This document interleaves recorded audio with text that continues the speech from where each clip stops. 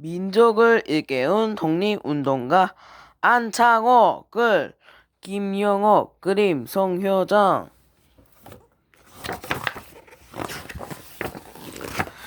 저 사람이 도대체 누구야? 아니, 저 유명한 사람을 아직도 몰라. 사람들이 발걸음을 멈춘 채 연단을 바라보며 두런두런 쓱싹였어요.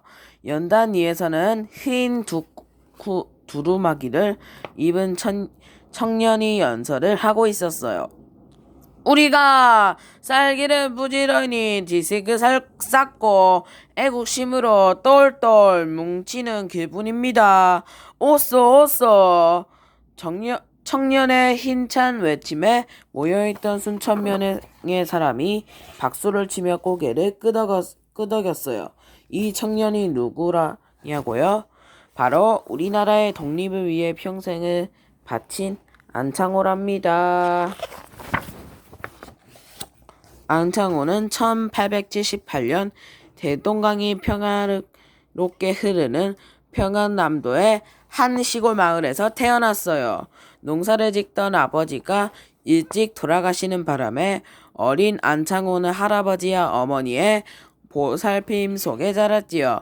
뒷동산에 올라 소에게 꼴을 먹히고 하루 종일 집안일을 도우면서도 글방에 나가 공부하기를 게으리하지 않았어요. 공부하랴 일하랴 투정을 부릴 만도 한데 안창호는 언제나 밝고 명량했어요. 어머니는 그런 안창호가 고맙고 대견했답니다. 밤이 되면 안창호의 집 사랑방은 동네 어른들도 가득 찼어요. 안창호의 이야기 솜씨가 아주 대단했거든요. 똑같은 이야기책도 안창호가 읽으면 깔깔 웃음이 나거나 눈물이 찔끔 날 만큼 무서웠어요. 네 이놈 썩 물러가거라. 안창호가 벼락치를 내지르는 소리에 깜짝 놀란 아저씨가 엉겁결에 대꾸를 했어요. 어이구 잘못했습니다. 동네 어른들은 그 모습에 또 한바탕 웃음을 터뜨렸어요. 하하하, 창호는 재주를 타고났어. 동네 어른들은 안창호의 빼어난 이야기 솜씨를 다시 한번 칭찬했어요. 이야기꾼 안창호가 어느덧 17살의 청년이 되었어요. 그런데 어떠한 까닭인지 말수가 줄어들고 먼 하늘을 쳐다보며 생각에 잠기는 때가 많았어요. 책이 수북이 쌓인 방 안에 온종일 틀어박혀 있기도 했지요. 어째서 다른 나라가 우리 땅에 들어와 전쟁을 벌이는 걸까? 얼마 전부터 안창호는 이것만 골똘히 생각했어요. 청나라와 일본이 우리나라에서 전쟁을 일으켜 수많은 사람이 죽고 다쳤거든요. 대마침 평양에 있던 안창호는 이 모습을 지켜보았어요. 몇 날 며칠을 생각해 잠겨있던 안창호는 벌떡 일어나 외쳤어요. 이 모든 게 우리 민족이 힘이 없기 때문이다. 얼마 뒤 안창호는 서울로 갔어요. 새로운 학문을 배워 힘을 키우겠다는 생각으로 무작정 길을 떠났지요. 하지만 어디로 가야 새로운 학문을 배울 수 있는지 알 수가 없었어요. 게다가 갖고 있던 돈마저 다 떨어지고 말았어요. 갈 곳 없던 안창호는 정든 가족과 고향 마을이 그리워졌지요. 이렇게 마음이 약해져서는 안 돼. 안창호는 스스로를 꾸짖으며 마음을 다잡았어요. 바로 그때였어요. 안창호의 눈에 벽보 한 장이 들어왔어요. 배우고 싶은 사람은 모두 오시오. 학비는 교회에서 내줍니다. 안창호는 곧 당장 벽보에 적힌 구세학당을 찾아갔어요. 구세학당은 미국인 선교사가 세운 학교였어요. 이곳에서 안창호는 기독교 교리와 영어, 산수, 지리, 과학 등을 배우기 시작했어요. 고향에서 학만 공부했던 안창호는 다양한 서양의 학문을 배우면서 놀라움을 감추지 못했어요. 우리가 이 학문을 부지런히 배워서 힘을 키우면 다른 나라가 우리 땅에서 함부로 행동하지 못할 것이다. 안창호는 하루하루 열심히 공부했어요. 그 덕분에 날마다 새로운 지식을 깨달아갔지요. 구세학당을 졸업한 안창호는 독립협회에 들어갔어요. 그리고 독립협회 사람들과 함께 황해도, 경기도에서 만민공동회를 열고 민족의식을 일깨우는데 앞장섰지요. 사람들은 안창호의 연설을 듣기 위해 구름처럼 몰려들었어요. 그러나 얼마 못 가서 독립협회는 없어지고 말았답니다. 고등 학제가 간신 등의 꿰매 빠져 독립협회 사람들을 강제로 흩어놓았거든요. 아, 조국의 운명이 어찌 되렸고 이러는가. 독립협회가 없어져서 안창호는 괴로워서 병까지 얻고 말았어요. 하지만 기운을 차린 안창호는 교양의 점진학교를 세우고 소녀들을 가르치며 민족 정신을 심어주었어요. 어느덧 25살이 된 안창호는 아내와 함께 미국으로 떠나는 배에 올랐어요. 그날은 바로 결혼식을 올린 다음 날이었지요.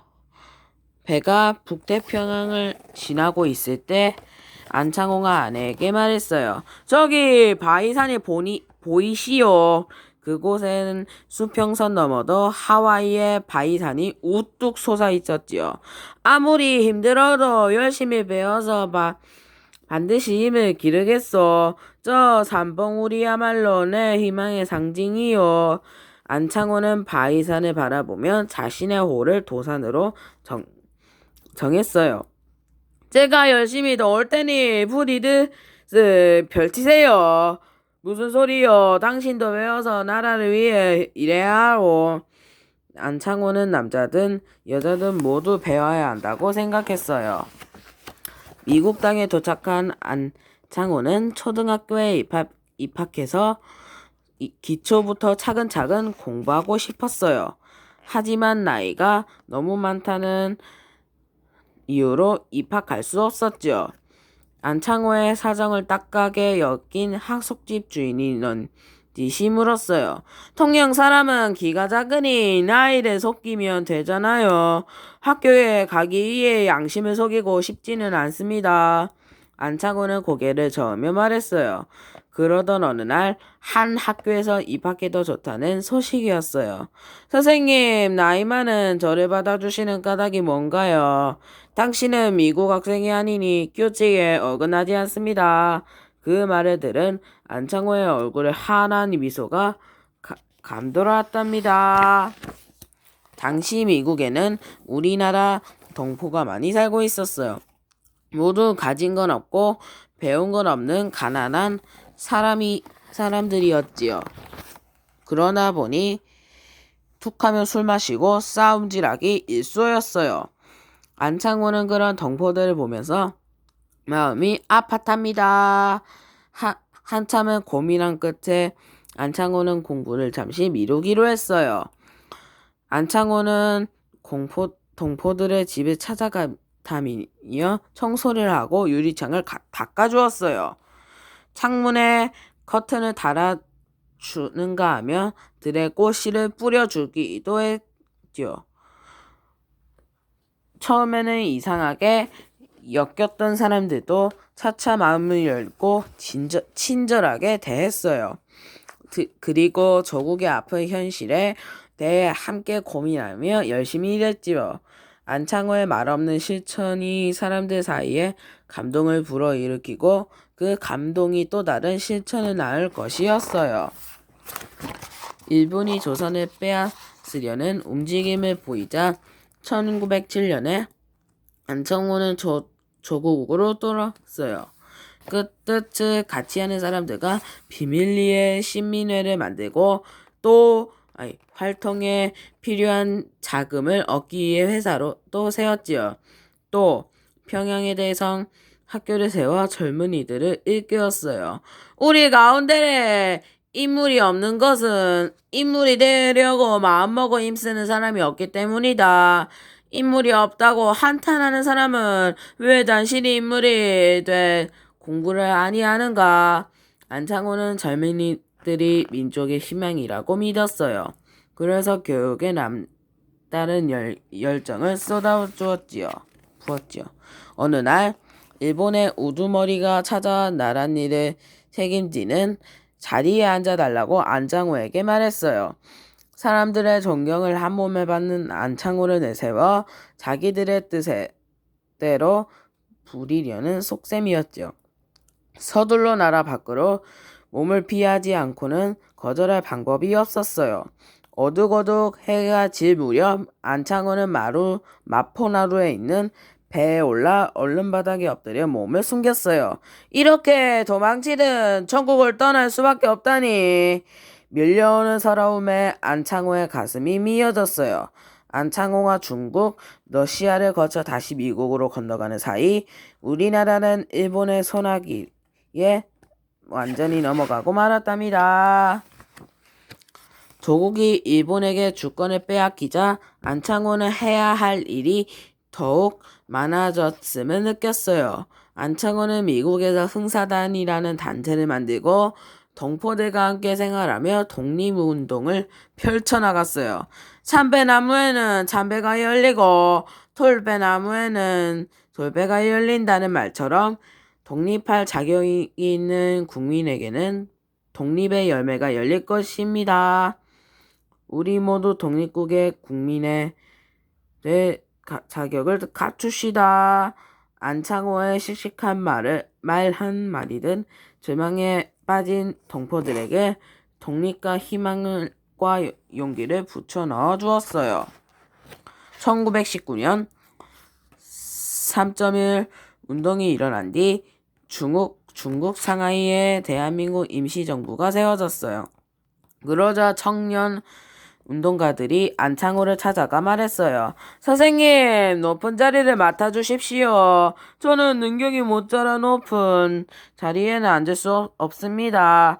안창호는 빛나는 지혜와 굳센 용기, 너그러운 마음씨를 두루 갖추고도 늘 겸손했어요. 그래서 임시정부 활동을 하는 동안 어느 자리에 있든 최선을 다해 일했지요. 독립운동 자금을 모으고 비밀활동은 이끄는 일처럼 목숨이 위험하고 곤된 일에도 몸을 아끼지 않았답니다. 그날은 일본 경찰들이 상하이에 숨어있는 독립운동가들을 모조리 잡아들이겠다고 벼르는 날이었어요. 창오 무렵 윤봉길 의사가 일본군 장교에게 포탄을 던졌거든요. 선생님, 지금 나가시면 위험합니다. 거기 곳곳에 총칼을 든 일본 경찰이 있어요. 오늘이 약속한 날인데.